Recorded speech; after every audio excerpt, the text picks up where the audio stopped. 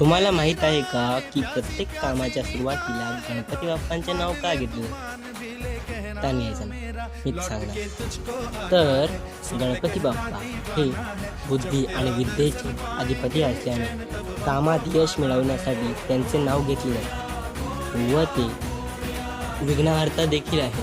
ते आपण आपल्या कामात येणाऱ्या अडथळ्यांना दूर करतात व आपले काम यशस्वी बनवतात व त्यांना प्रथम पूजनीय असण्याचा वर देखील प्राप्त आहे. तर एन्जॉय द आर्ट.